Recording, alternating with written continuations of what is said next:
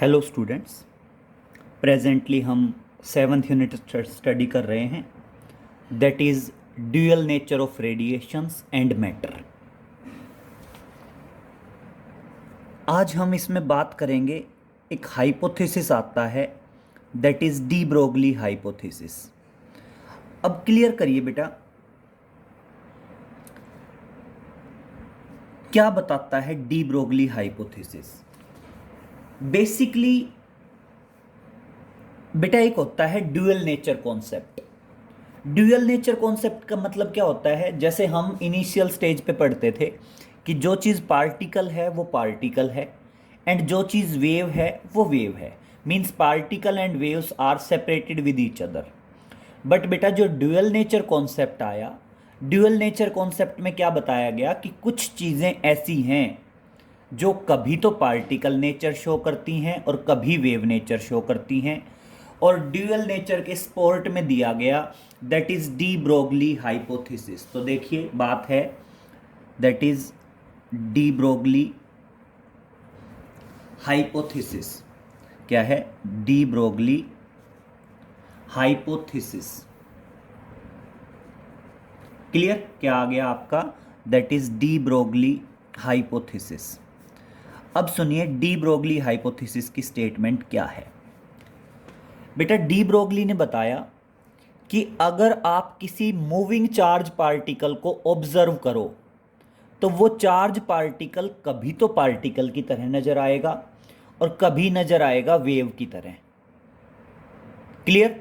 जब वो वेव की तरह नजर आएगा, या मीन्स कह सकते हैं उससे जो एसोसिएटेड वेव होगी, उस वेव को कहा जाएगा D Broglie wavelength, de Broglie wave. तो देखिए हम बात करते हैं according to de Broglie hypothesis, according to de Broglie hypothesis, when we observe the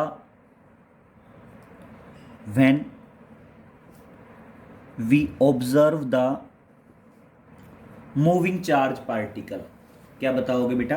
when we observe the moving charge particle, moving charged particle, then sometime it acts as particle, sometime it acts as particle, and sometime it acts as wave. Clear? क्या बताया गया बेटा? अगर आप किसी moving charge particle को observe करते हो तो some time it acts as particle and some time it acts as wave, and the wave associated with the particle and the wave associated with the particle is known as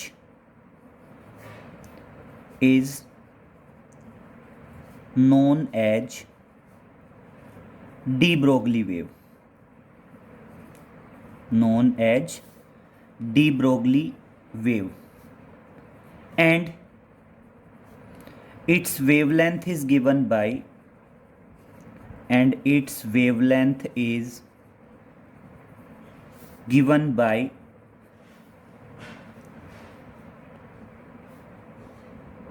lambda, and lambda is equal to h upon p, जहाँ पे h क्या है बेटा? Planck's constant है, and p क्या है? Linear momentum of the particle. यहाँ पे p क्या है? Linear momentum of the particle. तो यहाँ पे जो h आया, that h is the Planck's constant। जो h है वो h क्या है आपका? Planck's constant, एंड p क्या है बेटा आपका? that is linear momentum of the moving particle, that is linear momentum of the moving particle. Clear? अब मैं बात कर रहा हूं इसके प्रूफ की। अब समझेंगे बेटा प्रूफ में क्या है। सबसे पहले रेफरेंस देंगे according to Planck's quantum theory. According to, आप सिंपल बता देंगे, जो आपकी प्लंक्स क्वांटम थ्योरी है, according to Planck's quantum theory. Planck's quantum theory में क्या बताया जाता है कि जो एनर्जी होगी वो किसके बराबर होगी, एच न्यू के बराबर है। न्यू क्या होता है, फ्रीक्वेंसी, और फ्रीक्वेंसी को लिख सकते हैं सी बाई लैम्डा। इसको मार्क करेंगे इक्वेशन 1। दूसरा यूज करते हैं आइंस्टाइन मास एनर्जी रिलेशन। किसकी बात करते हैं, that is Einstein mass energy relation. Einstein mass energy relation. बेटा आपने आइंस्टाइन मास एनर्जी रिलेशन में पढ़ा होगा कि energy and mass are interconvertible and E is equal to M C square. यहाँ पे m मास होता है एंड c होता है स्पीड ऑफ लाइट। और अगर मैं दोनों को कंपेयर करूं तो देखना क्या आएगा, that is comparing equation 1 and 2 we get. अगर हम दोनों को कंपेयर करेंगे तो देखना क्या आएगा, H C by lambda is equal to M C square. बेटा एक सी से एक सी कैंसिल होगा और इस तरह से लैम्डा आ जाएगा एच अपॉन एम सी। फिर नेक्स्ट स्टेप में क्या लिखोगे, इफ particle is moving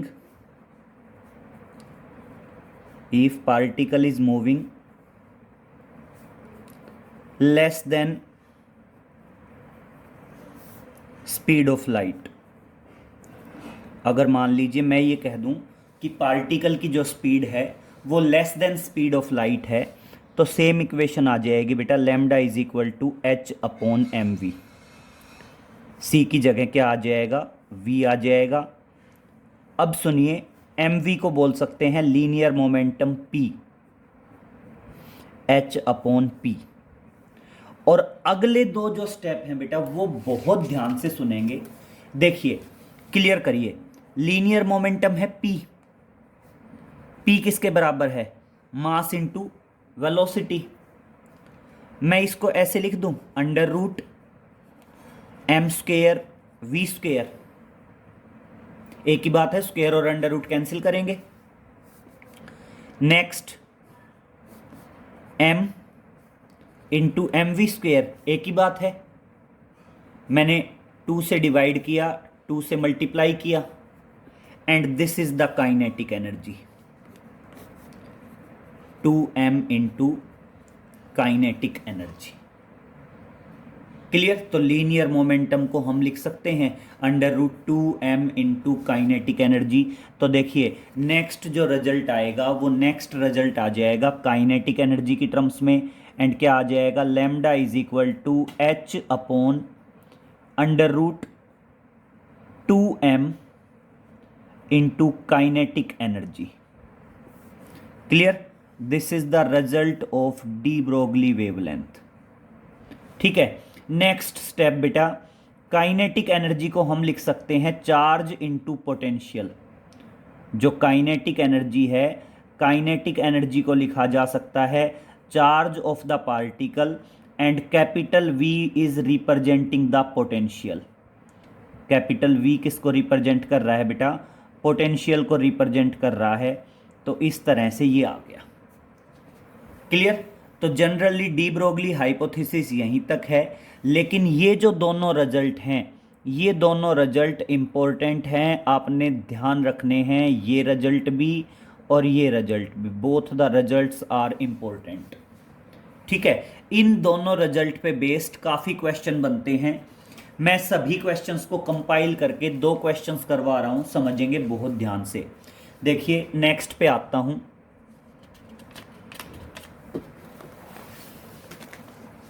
बेटा मैं चार चीजों की बात कर रहा हूं, alpha particle, proton, electron and deuteron. Clear करेंगे। हम चार चीजों की बात कर रहे हैं, electron, alpha particle, proton and last one is deuteron. ठीक है, तो देखिए हम कहते हैं कंसीडर अल्फा पार्टिकल। देखिए मैं कहता हूं consider proton, electron, deuteron and alpha particle. That is deuteron होता है बेटा, समझिए, that is deuteron.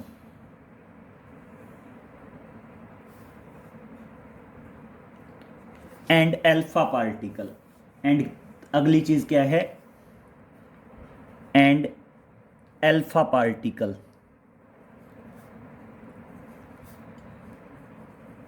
These are moving with same kinetic energy, moving with same kinetic energy. Compare de Broglie wavelength, compare de Broglie wavelength। आपने क्या करनी है बेटा, de Broglie wavelength compare करनी है, that is de Broglie wavelength. अब इन सब से पहले आपको तीन चार चीजें पता होनी चाहिए बेटा। इलेक्ट्रॉन तो क्लियर है, मास ऑफ इलेक्ट्रॉन और चार्ज ऑफ इलेक्ट्रॉन, और इलेक्ट्रॉन का जो चार्ज होगा वो कैसा होगा, नेगेटिव। अब बात करते हैं प्रोटॉन।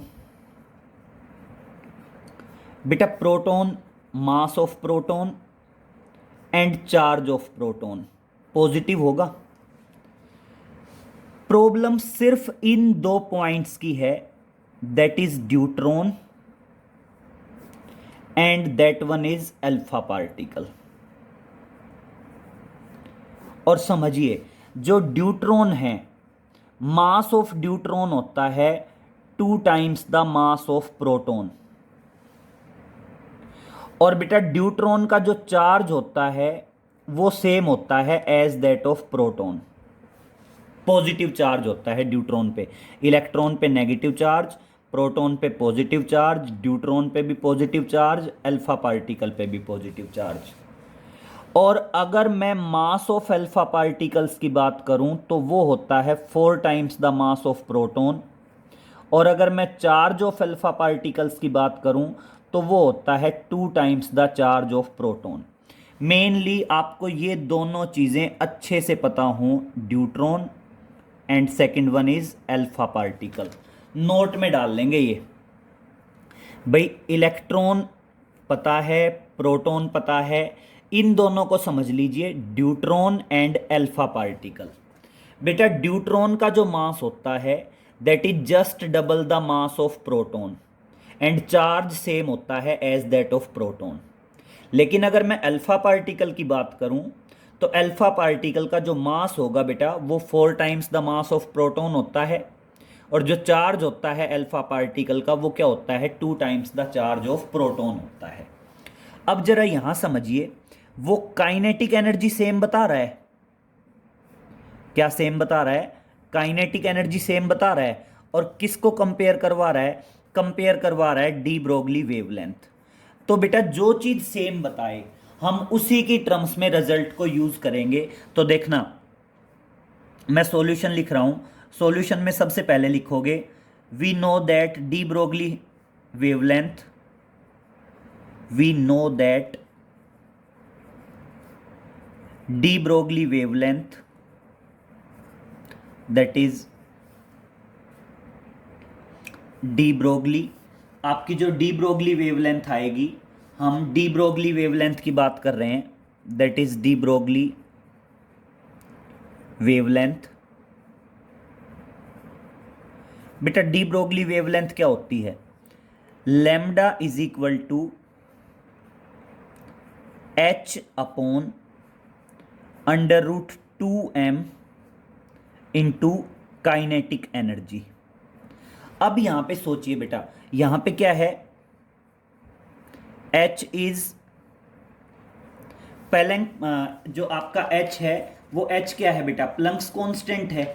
अगर मैं यहां पे डायरेक्ट बात करूं तो जो आपका H आएगा वो H क्या है? प्लैंक्स कांस्टेंट है, मींस कांस्टेंट। और काइनेटिक एनर्जी उसने सेम बता रखी है। जो क्वेश्चन है, क्वेश्चन के अकॉर्डिंग अगर मैं बात करूं तो जो काइनेटिक एनर्जी है वो काइनेटिक एनर्जी उसने सेम बता दी। तो बेटा Planck's constant same, kinetic energy same, तो लिख दोगे यहां पे that is Planck's constant and kinetic energy is constant and kinetic energy is constant. ऐसा हमें गिवन है। काइनेटिक एनर्जी जो कांस्टेंट है वो हमें क्या क्या है? दिया गया है। सेम का मतलब कांस्टेंट है। तो देखिए H कांस्टेंट हो गया, काइनेटिक एनर्जी कांस्टेंट हो गया, 2 ऑलरेडी कांस्टेंट है। इसका मतलब वेवलेंथ जो है वो इनवर्सली प्रोपोर्शनल हो गई अंडर रूट ऑफ मास। और अब हमें जरूरत पड़ने वाली है मास की। तो यहां पे आप समझिए, सबसे कम होता है मास ऑफ इलेक्ट्रॉन, उससे ज्यादा होता है मास ऑफ प्रोटॉन, उससे ज्यादा होता है मास ऑफ ड्यूट्रॉन, और सबसे ज्यादा होता है मास ऑफ अल्फा पार्टिकल। क्लियर है ये चीज? और इसलिए आप क्या बताओगे? Therefore wavelength of alpha particle सबसे कम होगी और वेवलेंथ ऑफ इलेक्ट्रॉन सबसे ज्यादा होगी, क्योंकि जिसका मास जितना कम है उसकी वेवलेंथ उतनी ही ज़्यादा होगी। ये रिलेशन आपको पता होने चाहिए। अगर मैं चारों चीज़ों की बात करूं, चार चीज़ें क्या क्या हैं? Proton, electron, deuteron, alpha particle. तो इसमें सबसे कम मास इलेक्ट्रॉन का होता है, उससे ज़्यादा प्रोटॉन का होता है, उससे ज़्यादा ड्यूट्रॉन का होता है, और सबसे ज़्यादा होता है बेटा अल्फा पार्टिकल का। तो ऑटोमेटिक वेवलेंथ इलेक्ट्रॉन की सबसे ज़्यादा होगी, उससे कम वेवलेंथ प्रोटॉन की होगी, उससे कम वेवलेंथ ड्यूट्रॉन की होगी, और बेटा सबसे कम वेवलेंथ होगी अल्फा पार्टिकल की। और ये क्या आ गया? That is de Broglie wavelength. ये क्या आ गया? That is de Broglie wavelength. अब बेटा ऐसा नहीं आएगा कि सारे एक साथ आए। आपको वो क्वेश्चन में कोई दो देगा, proton electron, proton deuteron, deuteron alpha particle, proton alpha particle. मैंने आपको सारे करा दिए हैं एक साथ। जो भी दो आए उन दो को आप एक्सप्लेन कर दोगे। जो भी दो आएंगे बेटा उन दो को आप क्या कर दोगे? एक्सप्लेन कर दोगे। अब इसी तरह नेक्स्ट क्वेश्चन देखिए। इसी तरह नेक्स्ट क्वेश्चन में कहता हूं, consider proton, deuteron and alpha particle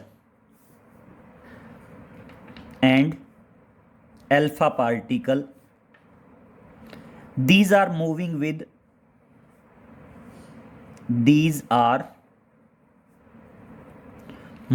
with same potential, moving with same potential। और मैं कहता हूं compare there D Broglie wavelength, compare there D Broglie wavelength. और मैंने क्या कह दिया बेटा, उनकी डी ब्रोगली वेवलेंथ कंपेयर करो। समझिए क्या क्या बताया, proton, deuteron and alpha particle. और यहाँ पे तो सेम काइनेटिक एनर्जी से थे और यहाँ किससे हैं, सेम पोटेंशियल से हैं। और क्या करना है, डी ब्रोगली वेवलेंथ कंपेयर करनी है। अब बेटा ध्यान रखना है, सेम काइनेटिक एनर्जी थी तो हमने डी ब्रोगली वेवलेंथ का काइनेटिक एनर्जी वाला रिजल्ट यूज किया। अगर सेम पोटेंशियल है तो पोटेंशियल वाला रिजल्ट यूज करोगे और आप सॉल्यूशन में लिखोगे, सॉल्यूशन में सिंपल बताओगे, we know that de Broglie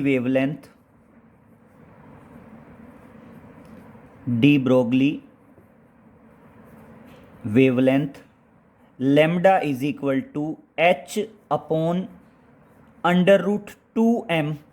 kinetic energy था और मैंने आपको बताया था काइनेटिक एनर्जी को हम लिख सकते हैं चार्ज इनटू पोटेंशियल। और अब यहां पे समझें, आप बताओगे जो h है वो h है आपका प्लैंक्स कांस्टेंट, आपका जो v है वो क्या है, पोटेंशियल। और पोटेंशियल भी कांस्टेंट है ऐसा हमें गिवन है। क्या गिवन है, they are moving with same potential. Same potential given है ना, तो पोटेंशियल भी सेम हो गया। अब समझिए, h कांस्टेंट, v कांस्टेंट और 2 कांस्टेंट। इसका मतलब डी ब्रोगली जो वेवलेंथ आ गई वो क्या आ गई बेटा, जब भी मैं डी ब्रोगली वेवलेंथ की बात करूंगा तो de Broglie wavelength inversely proportional आ जाएगी √m और q। m क्या है, मास, और q क्या है बेटा, चार्ज। दोनों की टर्म्स में आ जाएगी। और अब लिखेंगे, क्या लिखेंगे कि मास ऑफ प्रोटॉन p और बेटा मास ऑफ ड्यूट्रॉन क्या होता है, 2 times the mass of proton. और मास ऑफ अल्फा पार्टिकल कितना होता है, 4 times the mass of proton. 3 चीजें ही हैं, प्रोटॉन, ड्यूट्रॉन और अल्फा पार्टिकल। तो तीनों के मास का कंपैरिजन हो गया। फिर मैं तीनों के चार्ज का कंपैरिजन करता हूं। Charge of proton, charge of deuteron, charge of deuteron भी किसके बराबर है, चार्ज ऑफ प्रोटॉन। लेकिन जब मैं चार्ज ऑफ अल्फा पार्टिकल की बात करूंगा तो वो क्या आएगा, 2 times the charge of proton आएगा। तो अब अगर मैं m और q के प्रोडक्ट की बात करूं, भाई m और q दोनों का प्रोडक्ट है ना, तो अगर मैं m और q के प्रोडक्ट की बात करूं तो m और q का प्रोडक्ट सबसे कम आएगा प्रोटॉन के लिए। और सबसे कम प्रोटॉन के लिए आएगा तो इसलिए जो डी ब्रोगली वेवलेंथ आएगी वो प्रोटॉन की सबसे ज्यादा आएगी। और सबसे ज्यादा m और q का प्रोडक्ट आएगा अल्फा पार्टिकल के लिए। और इसलिए अगर मैं सबसे कम वेवलेंथ की बात करूं तो सबसे कम वेवलेंथ आएगी अल्फा पार्टिकल की। और साथ में बीच में क्या रह जाएगा, ड्यूट्रॉन रह जाएगा कंपैरेटिवली। और ये क्या है, that is de Broglie wavelength. और मेरी बात सुनो बेटा, तीनों कंपेयर नहीं होंगे, कोई भी 2 होंगे आपके पास क्वेश्चन में।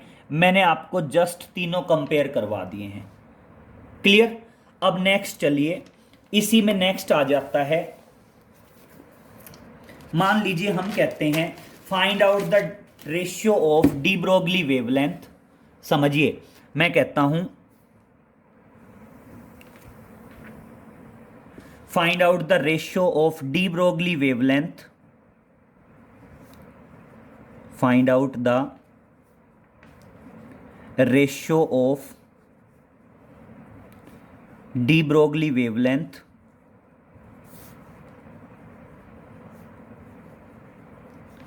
Of proton to alpha particle,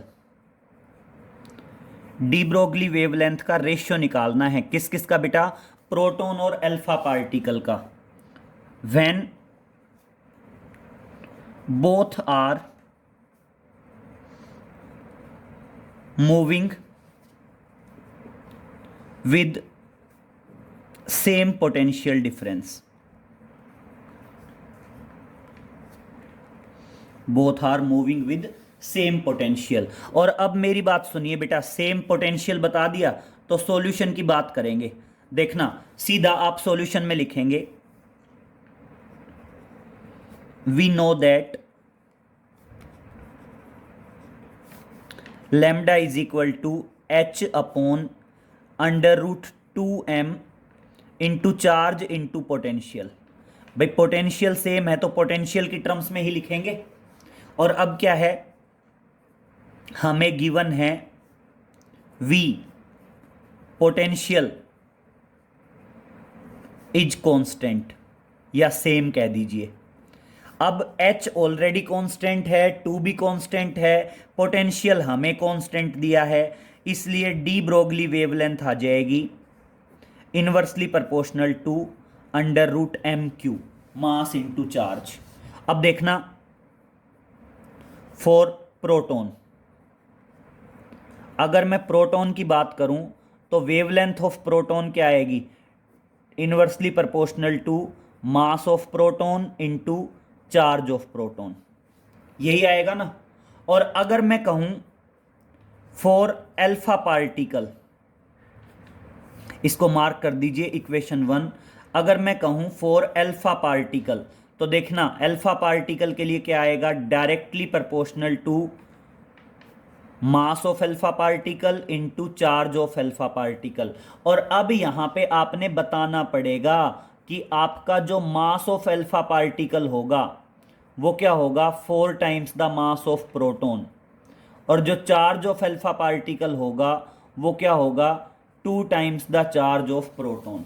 और अब मैं दोनों की वैल्यू रखूंगा, मास ऑफ अल्फा की भी और चार्ज ऑफ अल्फा की भी। और देखना अब क्या आएगा?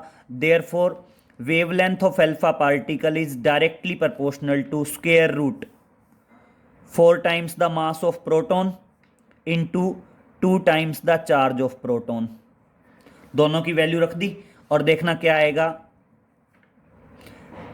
Wavelength of alpha particle is under root 8 times mass of proton charge of proton, इसको मान लीजिए इक्वेशन 2।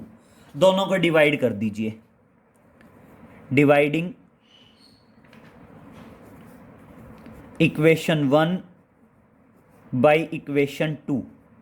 बेटा इक्वेशन 1 जो है उसको आप इक्वेशन 2 से डिवाइड कर दीजिए। बेटा सबसे पहली बात देखना, जो प्रोपोर्शनलिटी कांस्टेंट यहां पे होगा वही यहां पे होगा, दोनों कैंसिल हो जाएंगे। तो अगर मैं wavelength of proton to the wavelength of alpha particle की बात करूं तो देखना वेवलेंथ ऑफ प्रोटॉन ये वाला है 1 upon under root mass of proton charge of proton divided by this होगा तो पलट जाएगा under root 8 times the mass of proton charge of proton 1। और बेटा देखना मास ऑफ प्रोटॉन से mass of proton cancel, charge of proton से charge of proton cancel. और इस तरह से wavelength of proton to the wavelength of alpha particle का रेशियो आ गया under root 8 is to 1। Under root 8 is to 1 क्या आएगा? अंडर रूट 8 को लिख सकते हैं 2 रूट 2 इज टू 1। ठीक है, तो इस तरह से आपका प्रोटॉन टू अल्फा पार्टिकल का रेशियो आ जाएगा अंडर रूट 8 इज टू 1 कह दीजिए, या कह सकते हैं simple 2 root 2 is to 1। Clear? तो इसके लिए आप हमेशा ध्यान रखोगे, आपको हमेशा ध्यान रखना है कि डी ब्रोगली वेवलेंथ, जो आपकी डी ब्रोगली वेवलेंथ है, डी ब्रोगली वेवलेंथ के कई सारे रिजल्ट हैं। आप इसको h बाई पी भी कह सकते हैं, p मतलब लीनियर मोमेंटम। इसको h बाई एम वी भी कह सकते हैं, इसको h by under root 2m into kinetic energy भी कह सकते हैं, या इसको h upon under root 2m charge into potential भी कह सकते हैं। All these are the result of de Broglie wavelength. बेटा ये जो सारे के सारे हैं ये अपने आप में रिजल्ट हैं, किसके रिजल्ट हैं? डी ब्रोगली वेवलेंथ के। Clear? All these are the results of de Broglie wavelength. तो काफ़ी इंपॉर्टेंट टॉपिक है बेटा, कवर हो गए हैं state and prove D Broglie wavelength. और इस टाइप का कंपेयर वाला जो भी आए ये सारे कंपेयर वाले करने हैं। बस ये जरूर ध्यान रखना है कि ड्यूट्रॉन का मास ट्वाइस द प्रोटॉन होता है, charge same as that of proton है। लेकिन अल्फा पार्टिकल की बात करूं तो mass of alpha particle is 4 times the mass of proton and charge of alpha particle is 2 times the charge of proton. Clear? तो इतना कैरिड आउट कर लीजिए, बाकी आगे नेक्स्ट लेक्चर में मिलते हैं बेटा। Okay, thank you.